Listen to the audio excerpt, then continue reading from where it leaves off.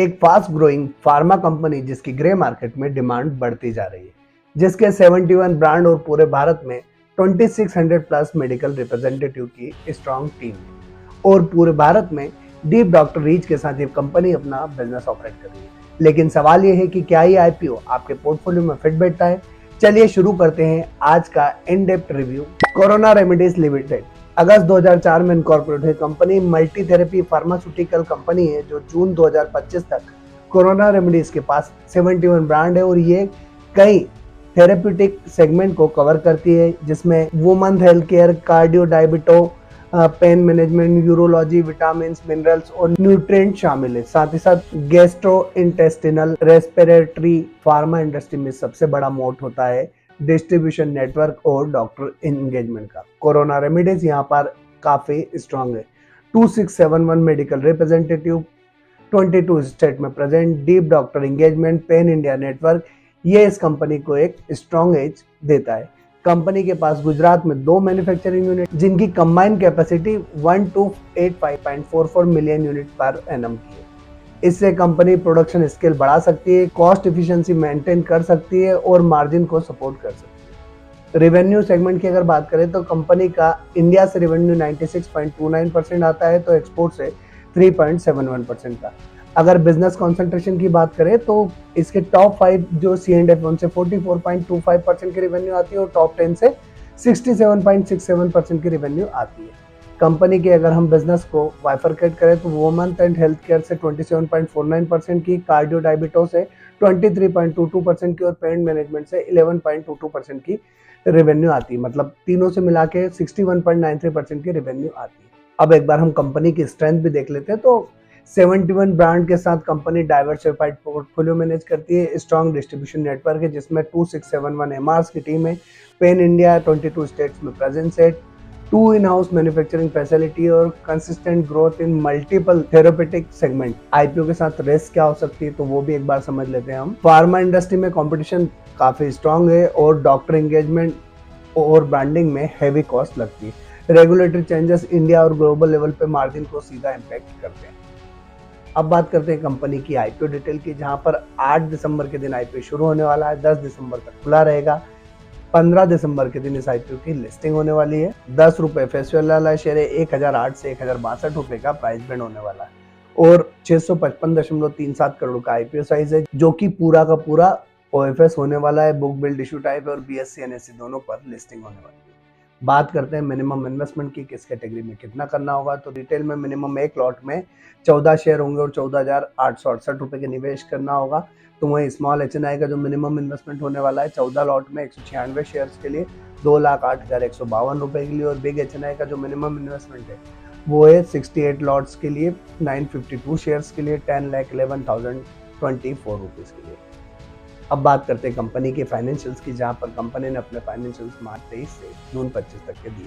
Asset class से शुरुआत करें तो मार्च 23 में 595 करोड़ के असेट थे जो बढ़ के मार्च 25 में 929 करोड़ हो गए और जून 25 तक 1012 करोड़ हो गई। इनकम की अगर बात करें तो 891 करोड़ की मार्च 23 की इनकम थी जो बढ़ के 1202 करोड़ हो गई और 348 करोड़ की जून 25 तक की इनकम है। वहीं अगर पेट की बात की जाए तो मार्च 23 में 84.93 करोड़ का पेट था जो बढ़ के 149.43 करोड़ का मार्च 25 तक हो चुका और जून 25 तक 46.20 करोड़ का पेट है। बात करते हैं इबिटा की तो मार्च 23 में कंपनी का इबिटा 135 करोड़ का था जो बढ़ के मार्च 25 तक 245 करोड़ हो गया, यानी 52% की ग्रोथ देखने को मिली और जून 25 में 71.80 करोड़ की इबिटा। नेटवर्थ की बात करें 408 करोड़ की नेटवर्थ मार्च 23 में थी जो बढ़ के 606 करोड़ मार्च 25 तक हो चुकी है, यानी 26% की ग्रोथ देखने को मिली। रिजर्व्स की बात करें तो 347 करोड़ के मार्च 23 में रिजर्व थे जो बढ़ के 545 करोड़ मार्च 25 तक हो चुके हैं। और अगर बोरोइंग की बात करें तो मार्च 23 में 2.33 करोड़ की बोरोइंग थी जो बढ़ के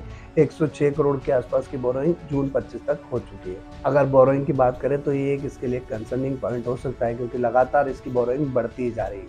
अब बात करते हैं कंपनी की वैल्यूएशंस की, जहां पर ROE 27.50% का है तो ROC 41.32% का है, डेब्ट टू इक्विटी रेशियो 0.10 का है, रिटर्न ऑन नेटवर्थ 24.65% का है तो पेट मार्जिन 12.49% का है, तो एबिटा मार्जिन 20.55% का है, प्राइस टू बुक वैल्यू 10.71 का है, मार्केट कैपिटलाइजेशन 6,495.120 करोड़ का है। EPS की बात करें तो 30.21 का ईपीएस है, तो वहीं पी रेशियो 35.15 का है।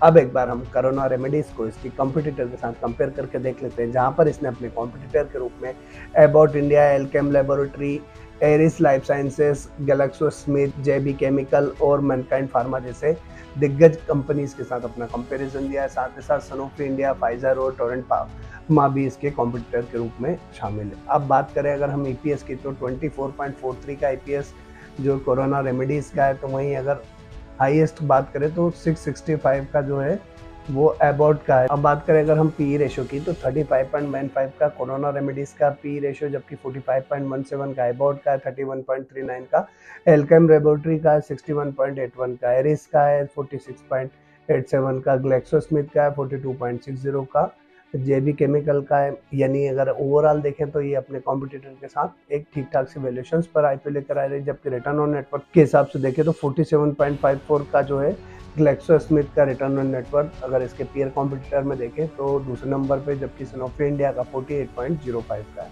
इसका अगर पी देखें तो नॉर्मल होगा इसकी साइज के हिसाब से। वहीं अगर पी रेशियो की बात करें तो मिड रेंज में आता है, जो कि फेयरली वैल्यूड है इसके कॉम्पिटिटर के साथ, और रिटर्न ऑन नेटवर्क स्ट्रॉन्ग है, क्लोज टू इसके जो पीयर कॉम्पिटिटर है उनके हिसाब से। साथ ही साथ एक अच्छे रिटर्न और फेल वैल्यूएशंस पर अपना आईपीओ लेकर आ रही है। बात करें ग्रे मार्केट प्रीमियम की, तो दोस्तों अगर अभी तक चैनल सब्सक्राइब नहीं किया तो जल्दी से चैनल सब्सक्राइब करके बेल आइकन प्रेस कर दीजिएगा। साथ ही साथ टेलीग्राम, इंस्टाग्राम और व्हाट्सएप चैनल का लिंक डिस्क्रिप्शन में दिया हुआ है, जहां से आप हमें फॉलो करके लेटेस्ट अपडेट प्राप्त कर सकते हैं। अब बात करते हैं ग्रे मार्केट प्रीमियम के, तो 28.91% यानी 307 रुपए के आसपास की एक जबरदस्त ग्रे मार्केट में प्रीमियम देखने को मिल रही है। ओवरऑल अगर बात करें तो कोरोना रेमेडीज लिमिटेड एक अच्छी तरह से एस्टेब्लिश्ड फार्मास्यूटिकल कंपनी है, जिसका ब्रांड पोर्टफोलियो काफी स्ट्रांग है और डाइवर्सिफाइड वाइड रेंज है। अगर फाइनल डिसीजन की बात करें तो कंपनी की ग्रे मार्केट में डिमांड अच्छी है, कंपनी के फाइनेंशियल्स अच्छे हैं, वैल्यूएशंस अच्छी है और एक फेयर वैल्यू पर अपना आईपीओ लेकर आ रही है, तो इस कंपनी के आईपीओ में निवेश किया जा सकता है। बट दोस्तों, आपको मेरे डिसीजन पे अपना डिसीजन नहीं लेना है, आपको खुद की रिसर्च करना है, अपने फाइनेंशियल एडवाइजर से कंसल्ट करना है और अपने फाइनेंशियल कंडीशन देखने के बाद फिर डिसाइड करना है कि आप इस कंपनी के आईपीओ में निवेश करने जा रहे हैं या नहीं। दोस्तों, आपका जो भी डिसीजन हो कमेंट बॉक्स में कमेंट करके जरूर बताइएगा, और ऐसे ही तमाम सारे लेटेस्ट और फाइनेंशियल अपडेट्स के लिए हमारे साथ जुड़े रहें और हमारे चैनल को सब्सक्राइब जरूर करें। एक बार फिर मुलाकात होगी अगले वीडियो में एक और कंपनी का आईपीओ एनालिसिस के साथ, फिर हाजिर होऊंगा। तब तक के लिए